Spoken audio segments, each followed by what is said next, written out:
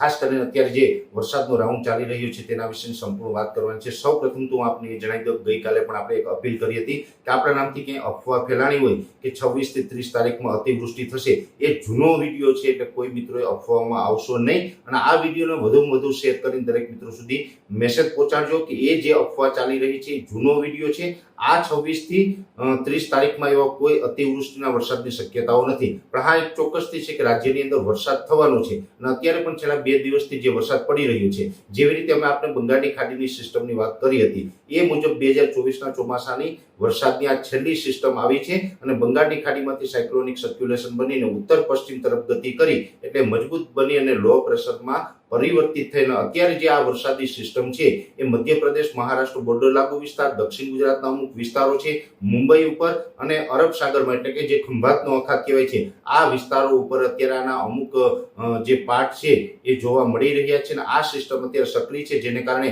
2 દિવસથી દક્ષિણ ગુજરાત અને સૌરાષ્ટ્રના છૂટાછવાયા વિસ્તારમાં વરસાદો હતા। આજે 26 સપ્ટેમ્બરના રોજ આ વરસાદની તીવ્રતામાં અને વિસ્તારોમાં વધારો પણ થયો છે। દક્ષિણ ગુજરાતમાં પણ વરસાદ પડ્યા, ઉત્તર ગુજરાતમાં પણ ગઈ રાતથી વરસાદો જોવા મળી રહ્યા છે અને સૌરાષ્ટ્રમાં પણ આજે અનેક વિસ્તારોની અંદર સારા એવા વરસાદ નોંધાયા। આજે સૌરાષ્ટ્રની અંદર પ્રોપર જૂનાગઢમાં પણ અમારે સારો એવો વરસાદ છે જોવા મળ્યો છે। આ સિસ્ટમ છે આપણે 29-30 તારીખ સુધી સક્રિય રહેવાની છે અને આ સિસ્ટમ જેવી રીતે અમે 2-3 દિવસથી આપણે જણાવી રહ્યા છીએ એમ કે સૌથી વધારે તીવ્રતા છે એ દક્ષિણ ગુજરાતમાં જોવા મળશે। જો કે વધારે તીવ્રતા જોવા મળશે તો પણ કોઈ અતિવૃષ્ટિની ચિંતા કરવાની જરૂર નથી। આમાં સિંગલ ડિજિટની અંદર વરસાદ હશે એટલે કે 5-7 ઇંચ 8 ઇંચ ત્યાં સુધીના વરસાદો છે એ વધારેમાં વધારે પડી શકે છે। જે 9 ઇંચ કરતા વધારે જે વરસાદો પડે 10 ઇંચ 12 ઇંચ જેને આપણે ડબલ ડિજિટમાં કહેતા હોય છે એવા ડબલ ડિજિટમાં વરસાદ પડવાની કોઈ શક્યતાઓ આ સેશન દરમિયાન છે નહીં। એટલે આ વરસાદો છે એ આપણે દક્ષિણ ગુજરાતની અંદર 5-7 ઇંચ કે 8 ઇંચ સુધીના નોંધાય તેવી શક્યતાઓ છે। સૌરાષ્ટ્રની અંદર પણ જોવા જઈએ તો બોટાદ, ભાવનગર હોય, અમરેલી, ગીર સોમનાથ હોય કે જુનાગઢ જેવા વિસ્તારો છે તેમાં પણ એકંદરે આની તીવ્રતા સારી રહેશે અને તેમાં પણ 3 થી 5 ઇંચ કે 5 ઇંચ કરતા વધારે વરસાદ નોંધાય તેવી શક્યતાઓ છે। પશ્ચિમ સૌરાષ્ટ્ર હોય કે રાજકોટ હોય, પશ્ચિમ સૌરાષ્ટ્રની અંદર દ્વારકા, જામનગર, પોરબંદર હોય અથવા તો જે આપણે રાજકોટના વિસ્તારો છે આમાં છૂટાછવાયા હળવા મધ્યમ વરસાદો પડશે, ત્યાં તીવ્રતા ઓછી રહેશે। સુરેન્દ્રનગર, મોરબીમાં પણ એકંદરે સામાન્યથી મધ્યમ વરસાદ, કચ્છની અંદર પૂર્વ ભાગોની અંદર વરસાદની શક્યતાઓ છે કે 1 ઇંચ આસપાસ વરસાદ કદાચ પડે, બાકી પશ્ચિમ જે કચ્છના ભાગો છે ત્યાં છૂટાછવાયા ઝાપટાઓ પડશે। એવી જ રીતે જોવા જઈએ તો ઉત્તર ગુજરાતમાં પણ સાબરકાંઠામાં એકંદર થોડુંક સારું રહે, બાકી બનાસકાંઠામાં હળવા મધ્યમ વરસાદો જોવા મળશે।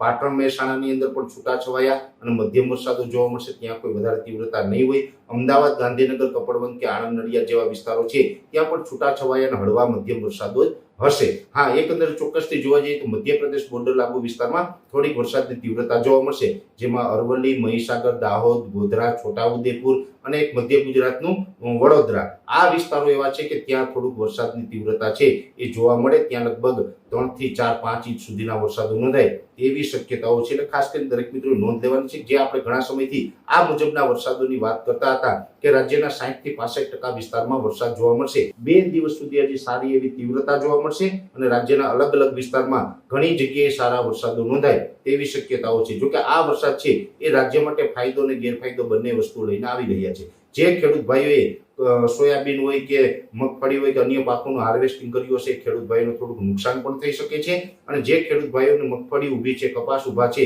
એની અંદર એક પિયત મળી જાય, પાણી મળી જાય, આ ટાઈપનો એક ફાયદો પણ કરાવી શકે છે।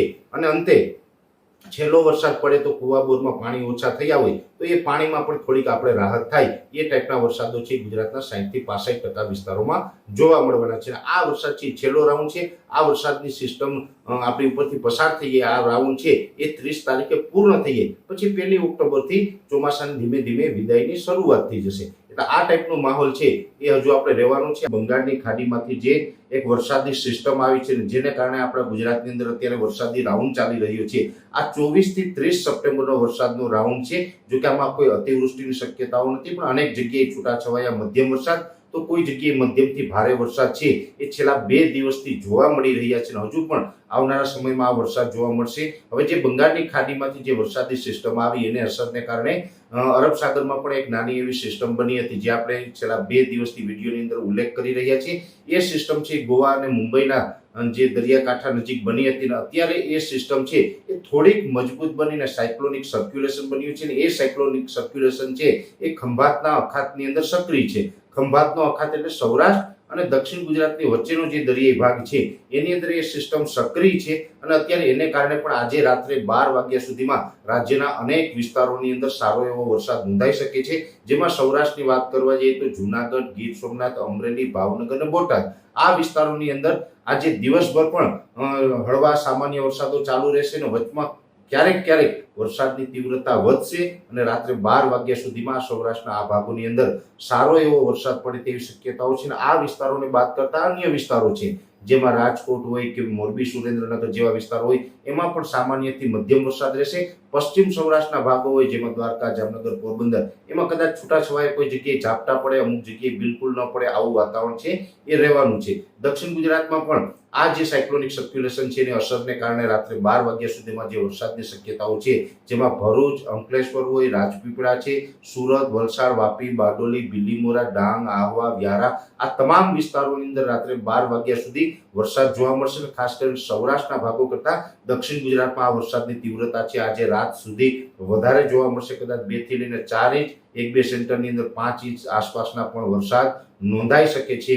અને એ પછીના જે ઉપરના ભાગો છે જેમાં અમદાવાદ, ગાંધીનગર હોય, કપડવંજ, આણંદ, નડિયાદ હોય, વડોદરા છે અથવા તો દાહોદ, ગોધરા, છોટાઉદેપુર, મહીસાગર, અરવલ્લી આ જે મધ્ય ગુજરાતના જે તમામ ભાગો છે એ તમામ ભાગોની અંદર આજે રાત સુધીમાં હળવા મધ્યમ વરસાદની શરૂઆત થશે અને ધીમે ધીમે ત્યાં વરસાદની તીવ્રતા છે આવતીકાલથી વધવાની છે. જો કે ઉત્તર ગુજરાતના બનાસકાંઠા, સાબરકાંઠા, પાટણ, મહેસાણામાં આજે રાત સુધીમાં હળવા સામાન્ય ઝાપટાઓ નોંધાશે. અમુક જગ્યાએ ઝાપટાઓ પણ નહીં નોંધાય અને અમુક જગ્યાએ સામાન્ય ઝાપટાઓ છે એ નોંધાઈ શકે છે. કચ્છના ભાગો છે એમાં પૂર્વ કચ્છના ભાગોમાં ભુજ, ભચાઉ હોય, ગાંધીધામ છે અથવા તો વાગડ વિસ્તાર છે, બન્ની વિસ્તાર છે જેના પર રાપર તાલુકો છે એ તમામ વિસ્તારોમાં પણ ઝાપટાઓ છે આજે મોડી રાત સુધી જોવા મળી શકે. પશ્ચિમ કચ્છના ભાગોની અંદર કોઈ ખાસ વરસાદની શક્યતાઓ નથી. કોઈ જગ્યાએ છૂટાછવાયા ઝાપટા પડે અથવા તો બિલકુલ ન પડે એવી પરિસ્થિતિ પણ પશ્ચિમ કચ્છમાં રહેવાની છે.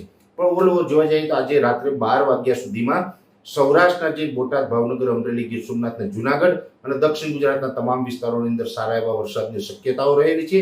અને અત્યારે જે ખંભાતના અખાતમાં જે સાયક્લોનિક સર્ક્યુલેશન છે એ આજે રાત્રેથી જે નબળું પડીને એનો ફેલાવો થઈને એ ઉત્તર પૂર્વ તરફ ગતિ કરશે એટલે આવતીકાલથી વિસ્તારોમાં વધારો પણ થશે, વિસ્તારોમાં ફેરફાર પણ થશે અને આવતીકાલે ઘણા બધા વિસ્તારોમાં ભારે વરસાદ પણ પડી શકે છે.